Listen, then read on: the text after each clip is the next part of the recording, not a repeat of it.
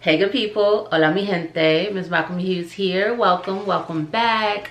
Today I'm coming to do Butterfly 3 book review as promised. Let's get into it.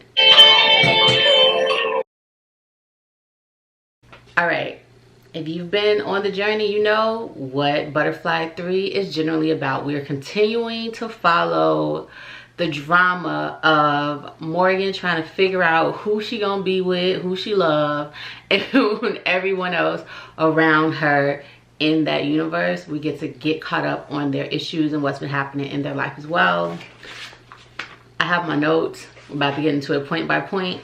This will be a bit of a spoiler, but I'm gonna try not to give too much away. But considering book 5 is coming out next month, let's just, you know, get caught up of what was happening so that we're prepared. Book 4 will be coming soon. I'll also give you all a predictions video and you'll get a little bit of that today too. First point.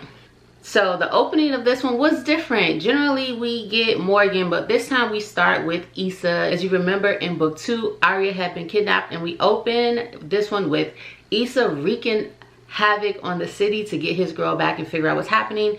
It's very sweet because then we already know this, but we really do get to see how much Issa loves Arya and the extent that he is willing to go for her. So I enjoy the characters around Morgan as much as I enjoy Morgan. So I had no problem with starting the story with Issa and Arya. We then find out that the person who kidnapped Arya was her brother, and we need more on the brother. I don't know if we're gonna get this in book 5, but we really do need more on the brother in that background story. But this creates contention because if you remember, he doesn't want Arya with Issa. He doesn't think that Issa is good for her or good enough for her, and so we'll see where this continues to go. More in this book happens, but we'll get there. We also see more growth here between Morgan and Ethic, their relationship. You know, they have their moments because it's now time for Morgan to graduate from college. She did it. And so we also see that Alani and Morgan have also evolved in their relationship, and Morgan really has much more respect and appreciation and just a better observation of who Alani is. So that's great, and you know, that gives Ethic greater comfort and peace of mind as well. But then of course, as what will happen throughout this book, you'll hear me talk about, we have the connection between Messiah and Morgan. It's cute, but it's problematic and it's complicated, right? Because we know that Morgan and Messiah have so much history, but due to the trauma, due to the pain, due to the deception, due to the lies, due to the amount of time that has lapsed, all of it, it can never be what it was easily.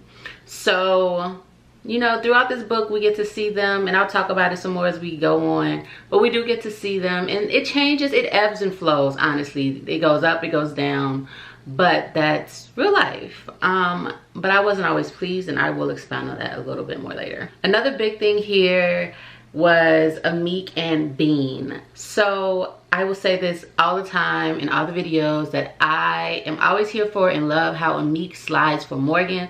I don't care who it is, when it is, where it is. He's team Morgan always, all the time, and I appreciate his consistency in that. This particular scene though, it was a little, it had some depth and layers to it, because on one hand it's like, dang, this is really sad for Bean's son. On the other hand, there are rules of engagement that you have to follow, and Amik is a man of rules and principles, and that'll come up later again when I discuss a flaw that I have with the book actually, or what I perceive to be an issue and it breaks moral codes, but we'll get there. So I don't want to give too much away again, but again, Amik's always going to slide for Morgan, and I will always appreciate that. My biggest frustration with Messiah is that he's frustrating. And what I mean by that is he's reckless. He's reckless in his decision making. He does things without thinking it all the way through, very reactionary. And therefore, that makes him a very frustrating character as the series has evolved. So he's in this space where he really wants Morgan by any means necessary, but he doesn't think through what that means and who's getting hurt and who's getting harmed in the process. That doesn't make Messiah unlovable or unforgivable, but he has to do the work to heal the trauma and the pain that he has caused and that he himself has endured throughout his life. And he's not willing to do that at this time in the way that it needs to be done. So he just ends up bleeding out. He's exposing his feelings everywhere. He's just like a rage of emotions all the time, and that's hard to grasp. That's one thing that sometimes throughout this book, like, it's raw and it's honest, but it's like, y'all gotta heal. Also, getting back to its circles, you know, the book, the way it's formatted is we go in and out of our characters, right? So at this point, we circle back to Issa and Arya, and nobody, I mean nobody fights like Issa and Arya. They toxic, but they kind of maybe got the most solid relationship, honestly. Other than like Ethic and Alani, but like, they toxic, but they fight real good. And they love real good too, but like, their fight scenes are the stuff of like memories and legend. She eventually chooses Issa over her brother Naveed. And I'm curious, do y'all think that that was right? Do you think that she should have chosen her brother, her blood brother, who's always been there for her and just wants the best for her, over Issa? What do y'all think was the right choice there? No right or wrong answers, I'm just curious. I've said this before, I will say it again. These soul ties between Messiah and Morgan are a lot, because so much between them could be fixed through a conversation, and maybe it couldn't, because people ain't healed and people can only receive things based on the level of which they are. But sometimes it's very frustrating, because I'm like, just tell the truth. Just tell the truth and deal with the consequences. But y'all keep lying, skating around the truth, and it keeps creating problems. And also, Messiah gotta let go of his ego, right?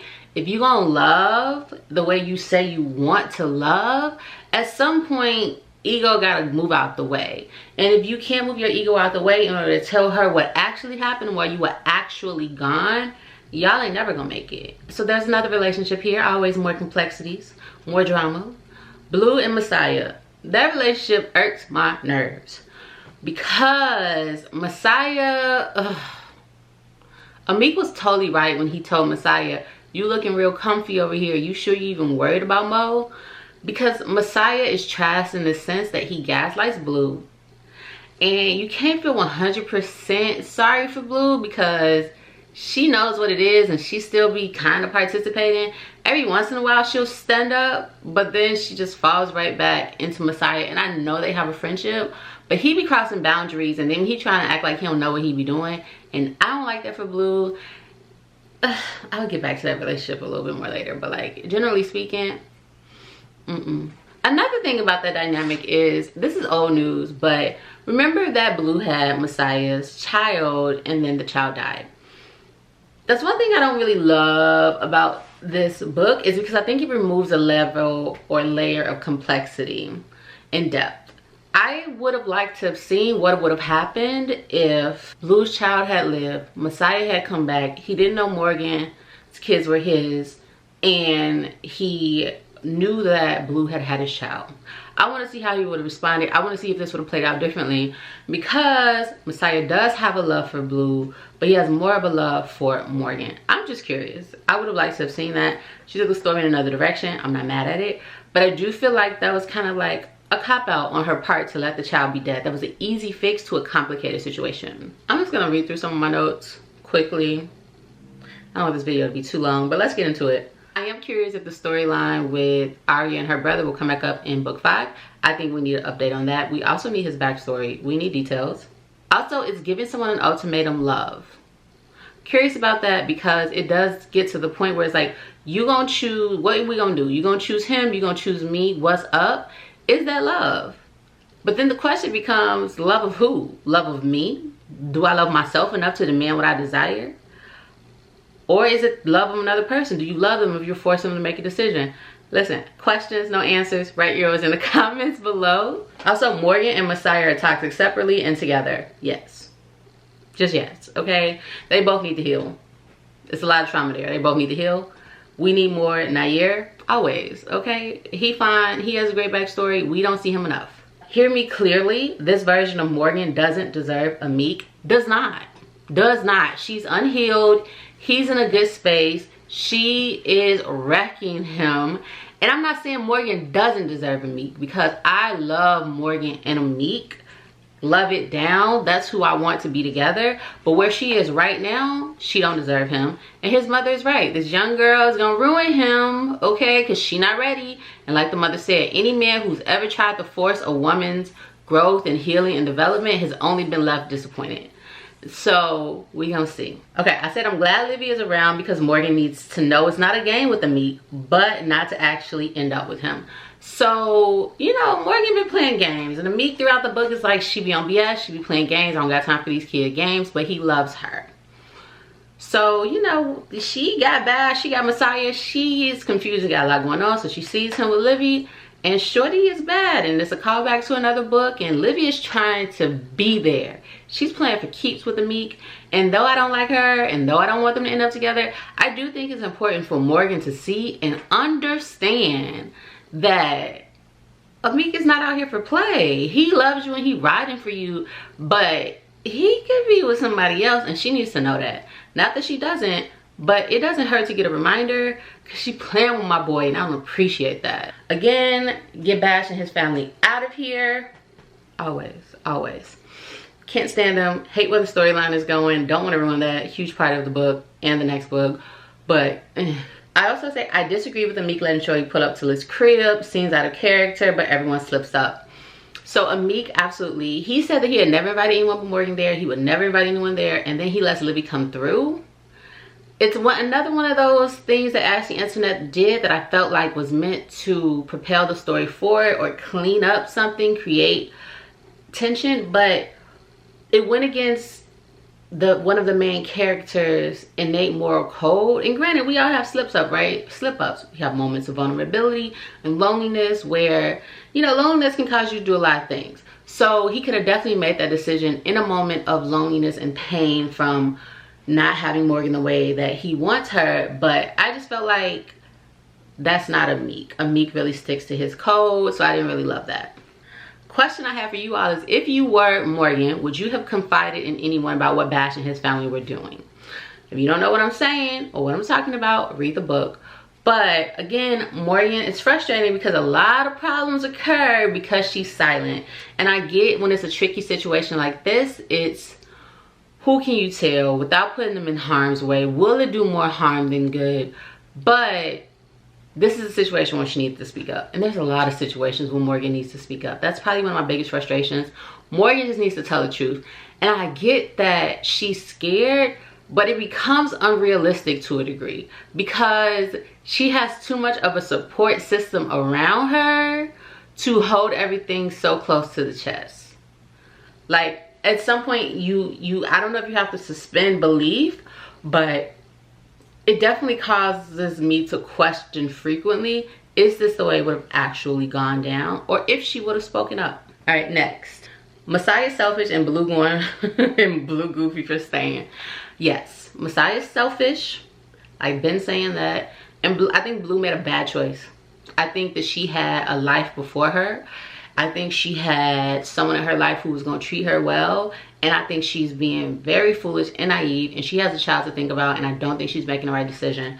Now, maybe I'm wrong because the child didn't really want to go.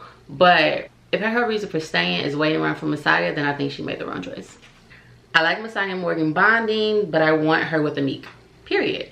I think that they need to be co-parents. I think that obviously they have a lot of history, a lot of passion. He knows her body better than anybody else because everything that she knows, he taught her.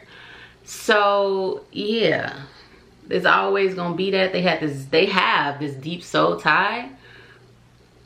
But I still think Messiah is not what's best for Morgan.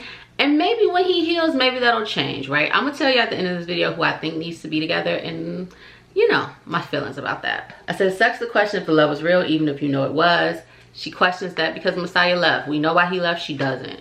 So I do think that it's unfortunate because we know that he loved her and she loved him. So it sucks that she has to question that, even though deep down inside she knows it's real. It's a painful situation and that it shouldn't be. And my question for y'all is, do y'all think Messiah has the right to be mad about the twins? This is the book where he finally finds out that the twins are his and he loses it. He really not trying to hear from Morgan, rock with Morgan, none of that. Do you think he has appropriate rage? I don't want to answer it. I want to know what y'all think. I do think, you know, I think she should have been told him. I said that from rip.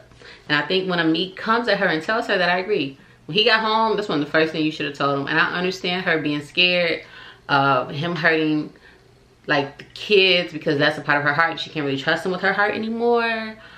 But she was wrong. And to have them out here thinking that Bash is their father was completely inappropriate. Another question for y'all is, was Messiah right to call Blue to help with the twins? I actually don't think so. And I get it that Blue is his friend. She got kids. But their situation is way too complicated, and I didn't like that move from Messiah at all, because Blue and Morgan are not on great terms. And if she knew the history with Messiah and Blue, I don't think Morgan would like the fact that he called her over to help with her kids either. So I did not support that. There's a quote in the book where it says, hate is just disappointed love. That's what Alani says to Morgan. And I disagree. I get where Ashley Antoinette was trying to go, that you have to have loved someone in order to hate them, but that's not true.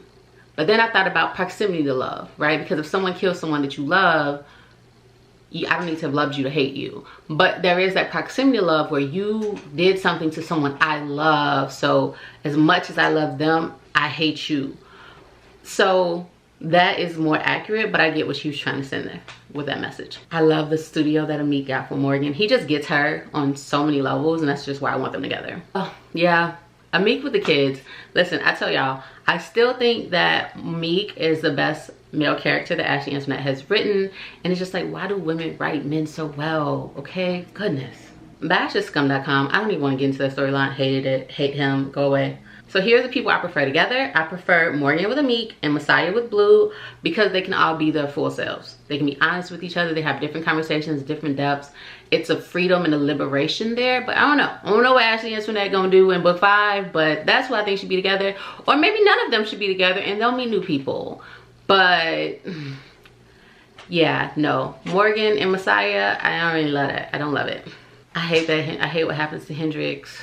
I'll talk more about that when I talk about book 4, but I hate where the storyline is going with Hendrix. Oh yeah, a big thing, Ari was tripping when she was offering to work for Issa. Like, I get it, girl, you love him and you don't want these other women around, but like, no, that changes the dynamic of your relationship.